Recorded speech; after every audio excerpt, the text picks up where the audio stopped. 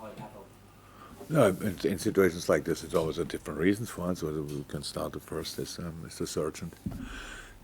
Number two is the player, because there were, we will say the same. There were darker moments in that period, obviously, when he was really was not over the moon about the situation, and we were not, obviously, not because somebody made a mistake, just because he was not around and these kind of things. So he needed time to get a bit away from everything and all these kind of things. So surgeon, player, rehab team. So that's it, and that worked obviously all three really well. Time, number four, no rush.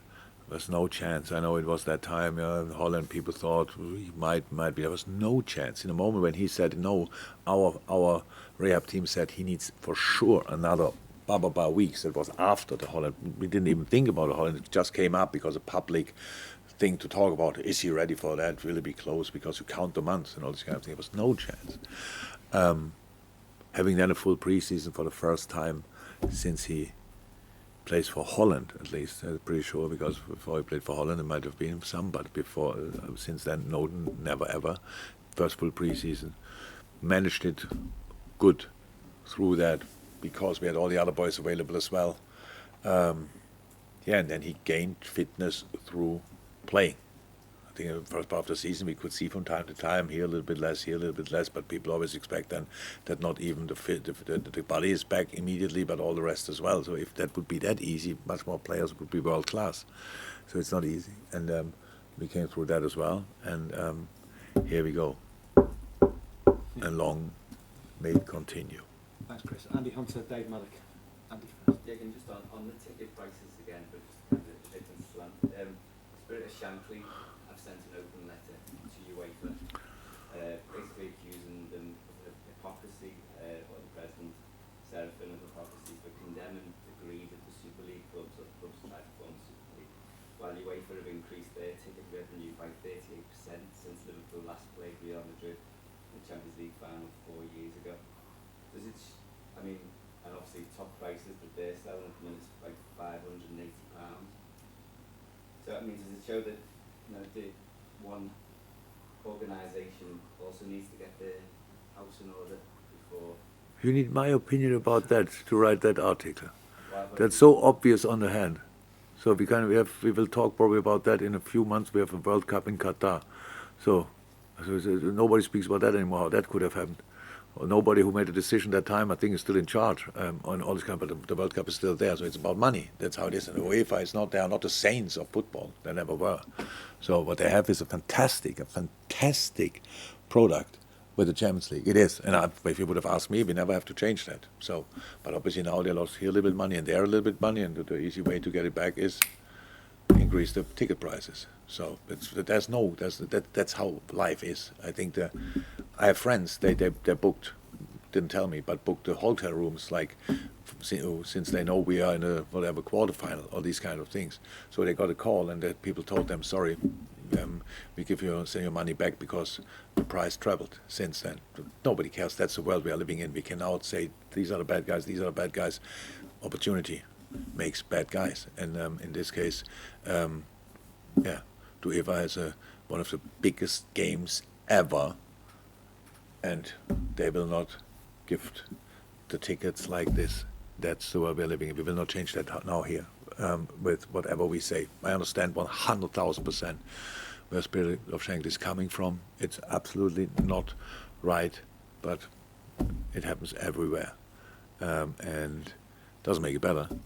Just in this specific case is that you not only pay 38% more than last time for a ticket, that you get only 50% of the tickets.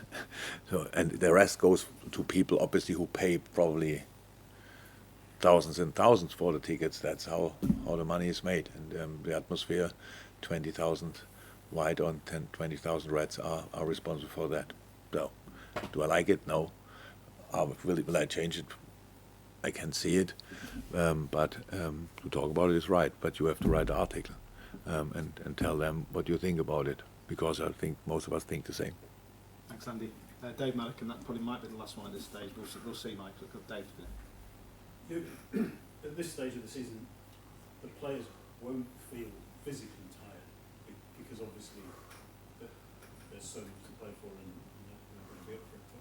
But the problem clearly will be the mental fatigue, and I think like we saw that a little bit with City maybe, and even Liverpool in the first half against Villarreal. And I just wonder how you have managed to deal and help the players so much with the sort of mental fatigue that comes and comes and comes and comes. And I just wonder, you know, as a manager, because that's obviously one of your great assets, but one of your key roles as well, to help them with that mental fatigue.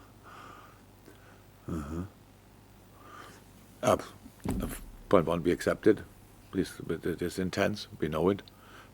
Winning football games is the best energizer you can have. Having big targets is a fantastic energizer. Seeing the sunlight, whatever it is, helps massively. The mood, the atmosphere in the team is good, great. What was spoke about, players were not involved. Never are in a bad mood or whatever. Everybody enjoys being around. Everybody is desperate to play the next game. That's actually what the boys want to do. So we have to make sure that they first and foremost are physically ready. Then the targets we have make us mentally ready, because that's how it is. I don't think we had this kind of problem at Villarreal in the first half. Like the season is so long and again fighting for it or whatever.